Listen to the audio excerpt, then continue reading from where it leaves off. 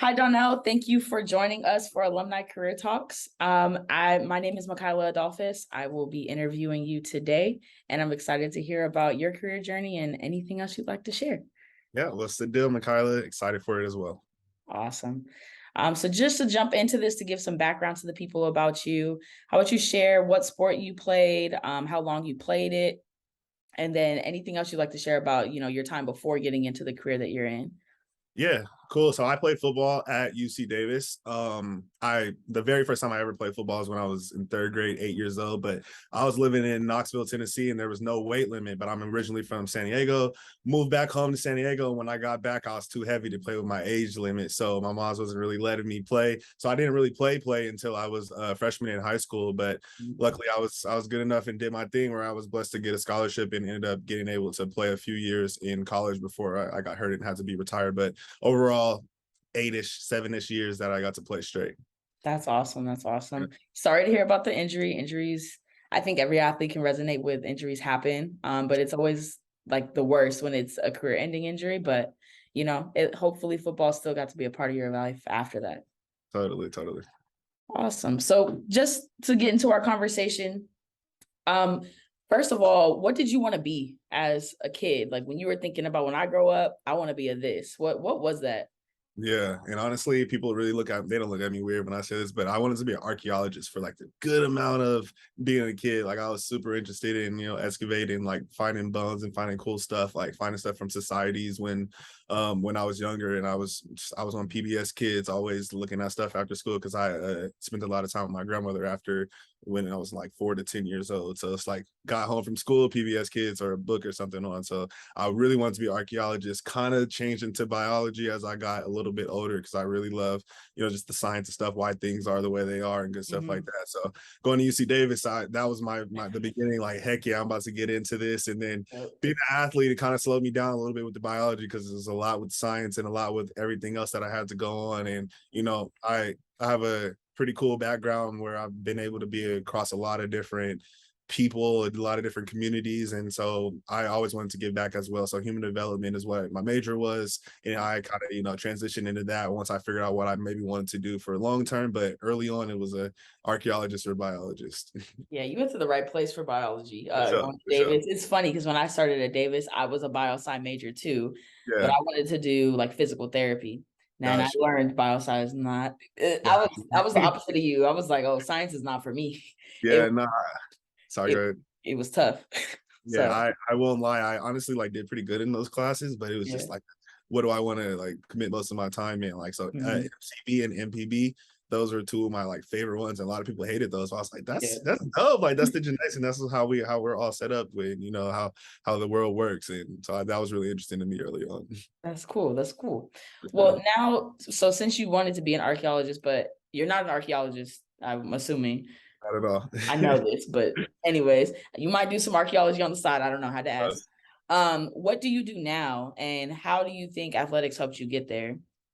Yeah, so now I am the sales development manager at a company called Five9. We're a cloud-based contact center solution. So we really handle in customer experience, connections with customers, depending on whatever channel you use, telephony, email, chat, all that good stuff. So I manage a team with that now. And honestly, my athletic career, I think, goes hand in hand with what I got going on now. I manage a team, and being a part of a team like football, you really let you know how to work with people, how to work with different temperaments, how to get the best out of people. Some people need a little bit more, some people need a little bit less, all that Mhm. good stuff. And being immersed around ultimate competitors for 4 to 8 years, and everything that we do as a competition, even if we're walking to go eat, like that's 100% like something that drives you in being in sales and really like trying to push this stuff, right? Because a contact center isn't the most important thing and most funnest thing in the world to talk about. But if you look at your business, being and engaged with your customers is important because that's what's going to really buy from you,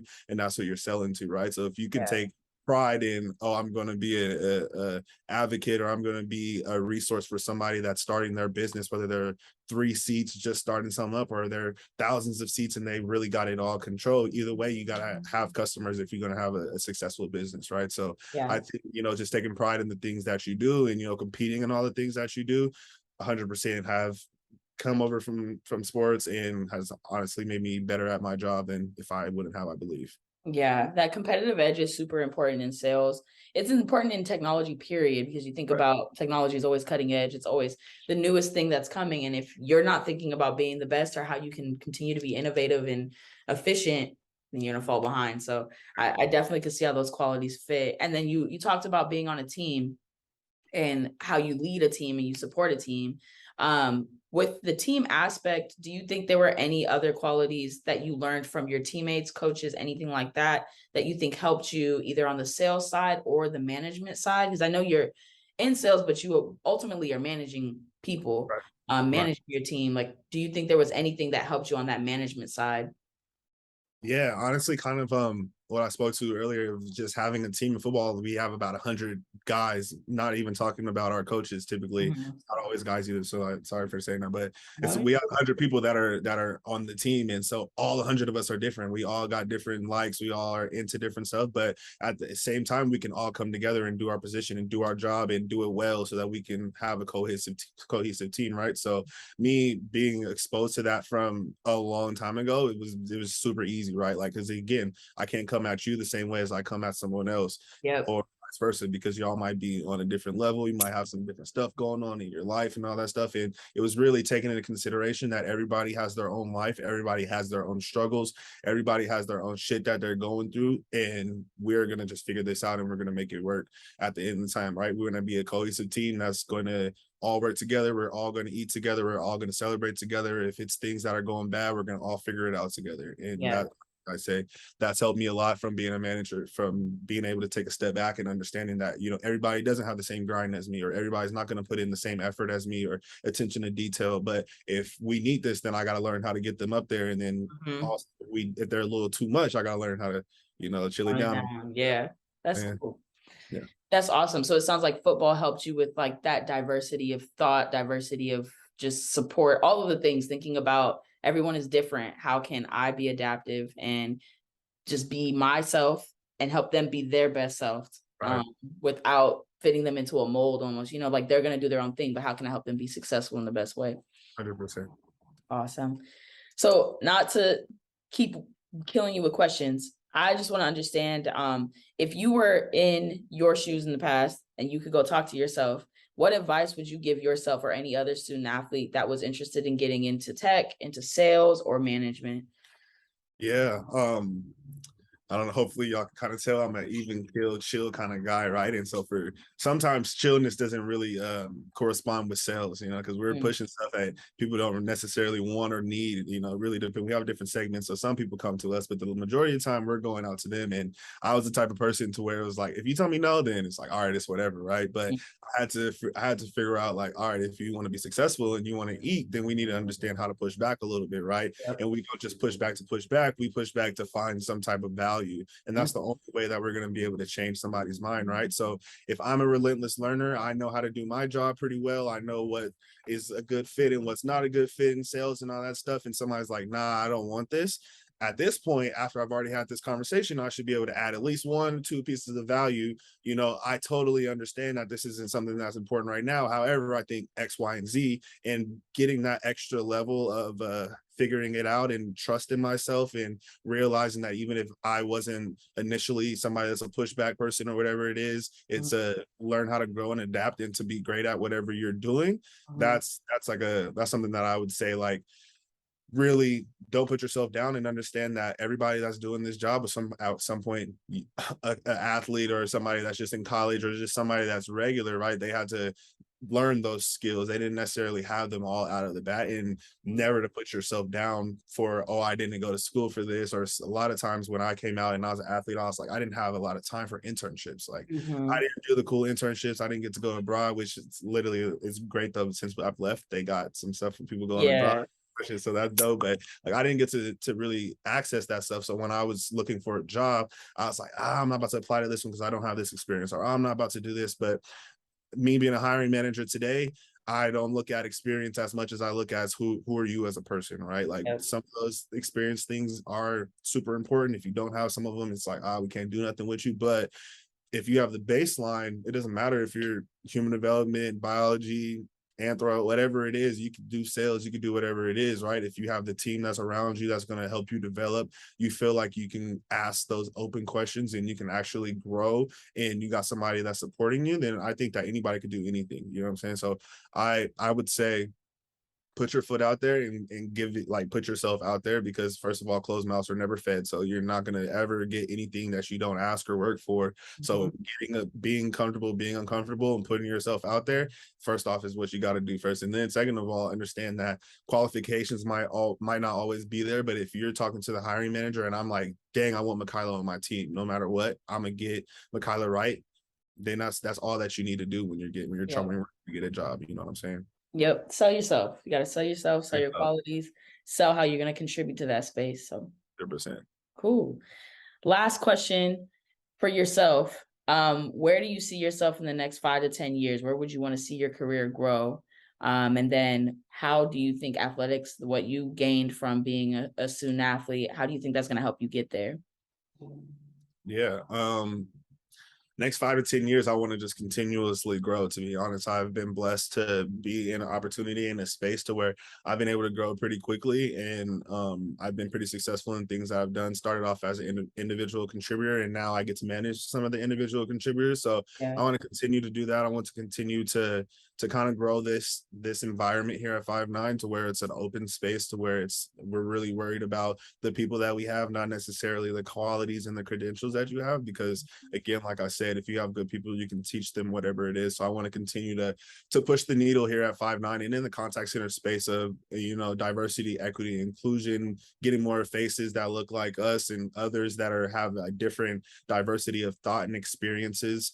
Not saying that what we got going on now is wrong, but it honestly could be better. You know what I'm saying? So I say that that's kind of where I want to be in the next 5 to 10 years, continue to grow myself and continue to, I obviously am an advocate for myself, and I have plans for my life, and I want my family to be good and all that stuff. So I want to continue to grow financially, but I also want to grow, you know, mentally and spiritually, and make sure that I'm always on a good vibe with everybody and everybody feels a good vibe coming from me.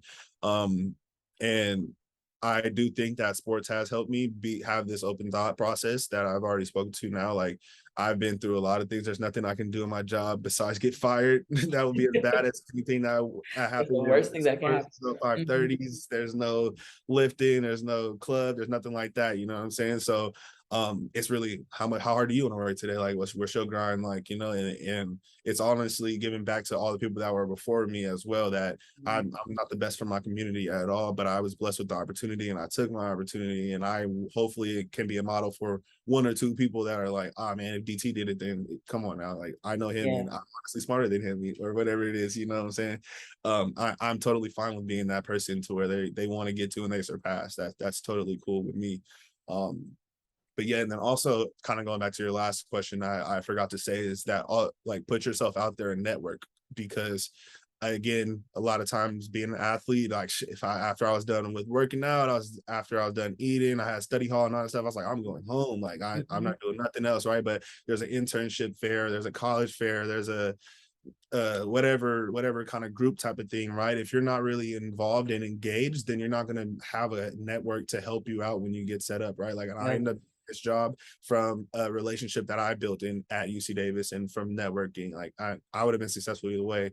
I'm not trying to don't yourself. Like, not trying to gas myself up. I would have found a way, but like, honestly, this was the best place, and this is where I was supposed to be, and it was purely from me making a relationship throughout my college years, right? So I'd say definitely that networking and getting in people's ear, and people knowing again that you're a good person. If we have something coming up and I'm like, oh, Mikayla's perfect for this, even though she's from a whole different field or something like that, I'm gonna hit her up and see if this is something that she's interested in. You know what I'm saying? So networking and getting in the right people's ear and good people's ear, and getting out there and putting yourself out. You're not that tired. You can go to the career fair, you can go out to the whatever the group meeting is, and you know, make those relationships, because those are going to be the next CEOs and doctors and all the things. We go to UC Davis, and one of the best places in the world, right? Like, these are going to be the next leaders. So if you got a leader in your side and you're a leader as well, even if you're not setting yourself up, you might be setting your kids up, or your nephews and nieces and stuff like that. You know what I'm saying? So definitely making those relationships and networking. It's sometimes,